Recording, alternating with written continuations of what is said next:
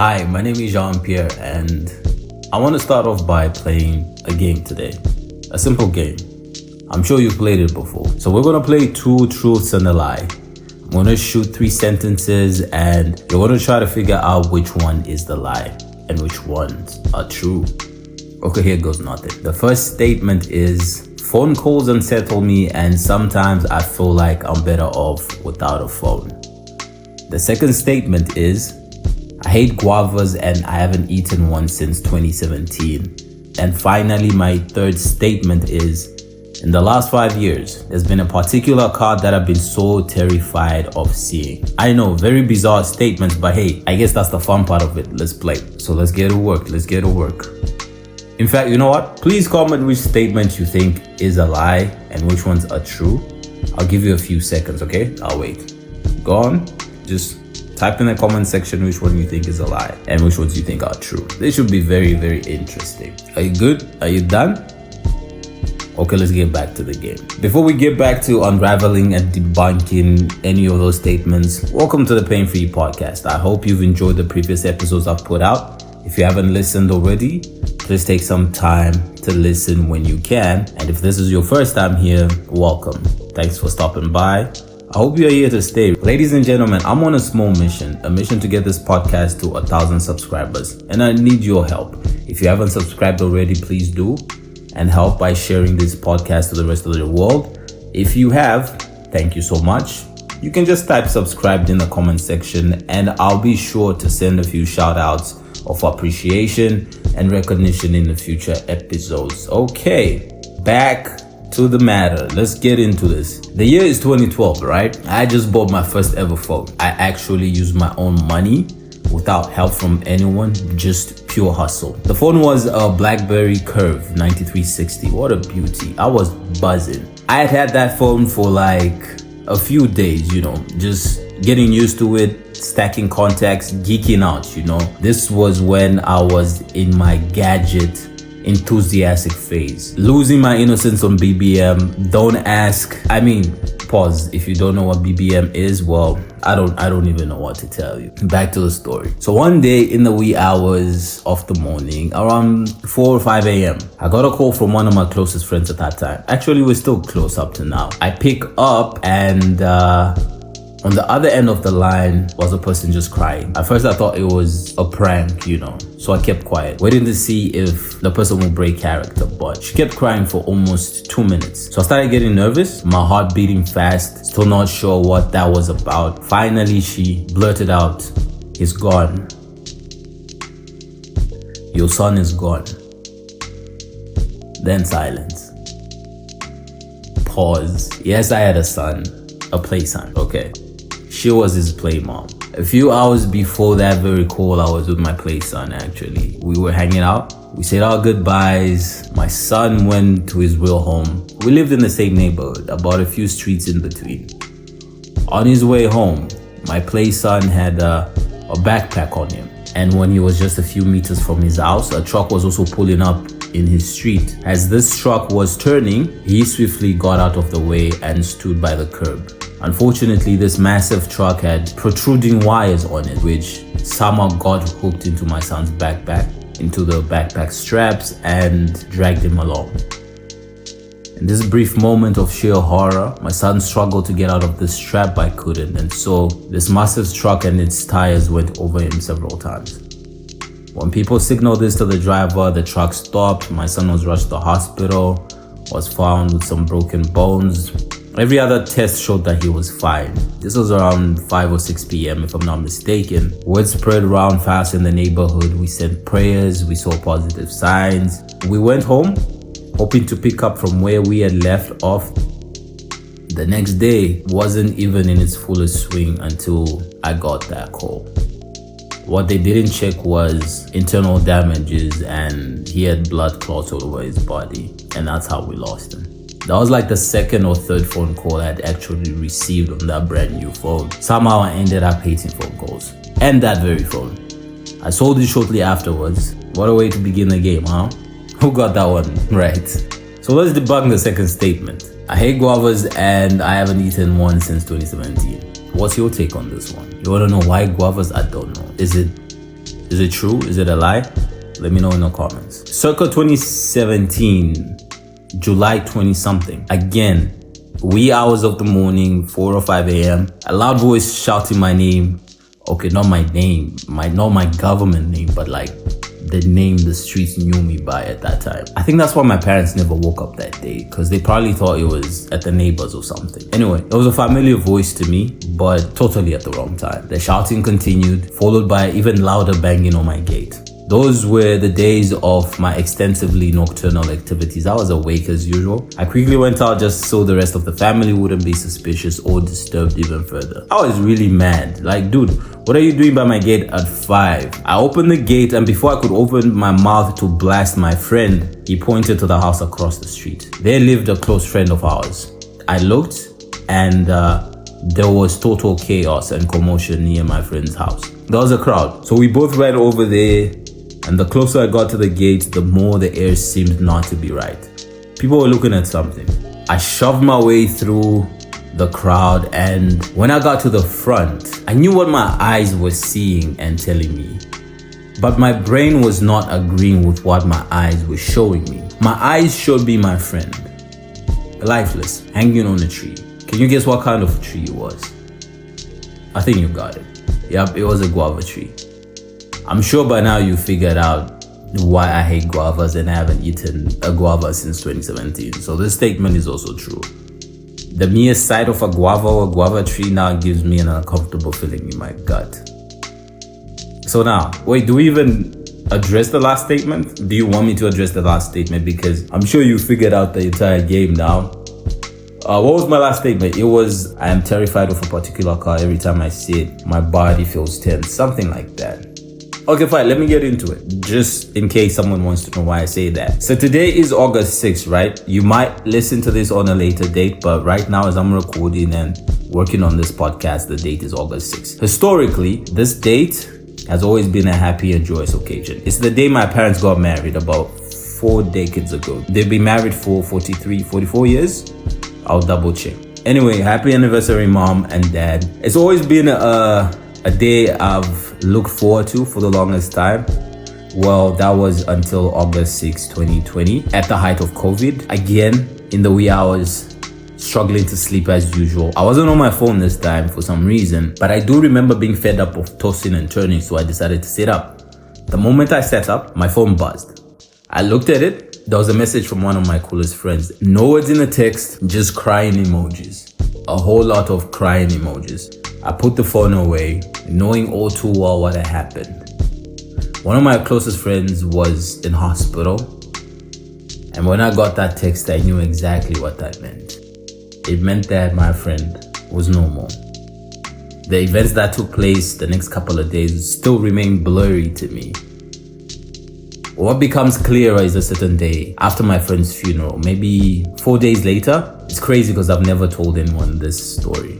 I was going to work, and I stepped outside my gate. I saw a black Mark X turning into my street. My mind, being its cheerful and creative and helpful self, said to me, hey, there's your friend in his car. Isn't it so wonderful that he just dropped by right on time because you're running late? My eyes saw the car. My eyes also saw my friend in his car. Both my eyes and my mind were like, yeah, that's your friend. And I mean, who doesn't love a free ride? So I even jumped in the road, right? Clowning.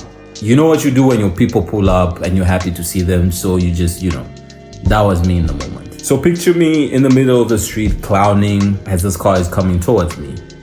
But then all of a sudden, the driver honks rudely.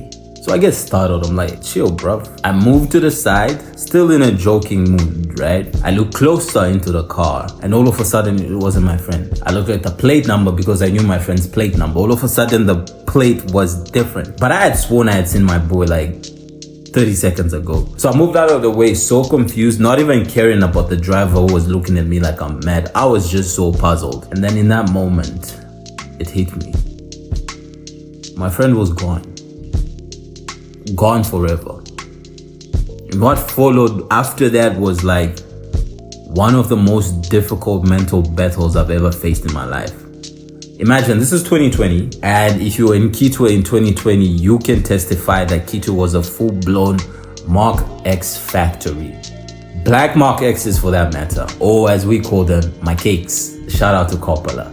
So I remember just after that moment, I started seeing more Black Mark X's. I saw like 1 million in 2 minutes. The same order as my friends, and then my stomach would just churn every time. It was terrible. So terrible that I even had to leave Kitwe for a bit. And I tell you, ever since that day, something shifts in me whenever I see a Black Mark X of that model. And so yes, again, even the last statement is true. Forgive me, okay? Pardon me for not sticking to the rules of the game. But then again, sometimes rules are meant to be broken. But stay with me now. I gave you 3 truths and no lie. I realize now that people have certain quirks about them that sometimes may sound silly or shallow until you pay extra attention. In life, you will definitely encounter a lot of things on your way, and you go through things regardless of the things going left when you had hoped they would have gone right.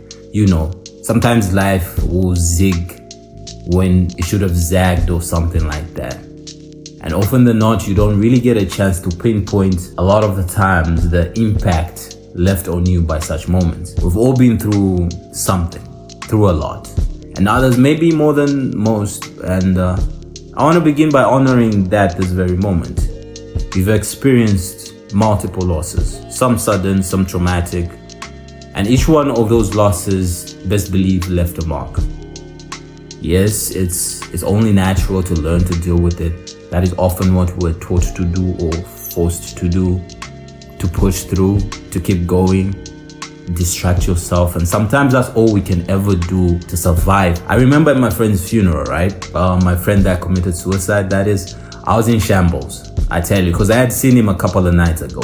I was crying, and this man from the neighborhood, I had so much respect for him actually. He was driving by and he saw me crying. He was one of those successful men in the neighborhood who was very articulate and genuinely took an interest in the kids from his neighborhood. He would just stop by or honk his really, really nice car just to acknowledge my presence. You know, the little things that made me cool amongst my friends. He was one of those cool buddies. But then on this very day, he was driving by. He saw me in shambles. So he slowed down and there were a lot of people and he knew what had happened. I'm guessing he was of the view that he was doing the right thing or offering sound advice. So he said to me, don't cry. He was like lecturing me, right? And people were listening as well. Then he continued, you don't cry over someone who has committed suicide. He got what he wanted. And then he said some other stuff and then he drove off. Pause. Now, I don't know what your beliefs are concerning grieving people that commit suicide. That's a story for another day. But I was just a kid who had lost one of his closest friends, right? That wasn't even the time for that kind of talk, if such a talk is even necessary. So anyway, back to what I was saying. So here's something many people don't realize. Loss, especially repeated traumatic, doesn't just disappear when we presumably move on. It stacks like dominoes. Imagine each traumatic loss you've experienced as one domino. The first one falls, it shakes you. Maybe you grieve, maybe you don't even fully process it. But then another loss happens.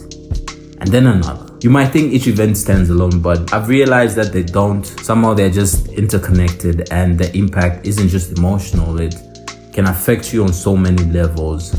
It can affect your relationships, how safe you feel in the world, how you trust, how you love, how you view your future, even how you view yourself. Now, strength on the other hand, strength is in the absence of feeling, I guess. Strength is allowing yourself to notice what's been left behind without rushing to fix it or cover it. When we lose people we love, especially in painful, shocking ways, we often carry those losses in our bodies, in our habits, even in our silence. You may find yourself pulling back from people or expecting them to leave too, or struggling to feel joy without guilt.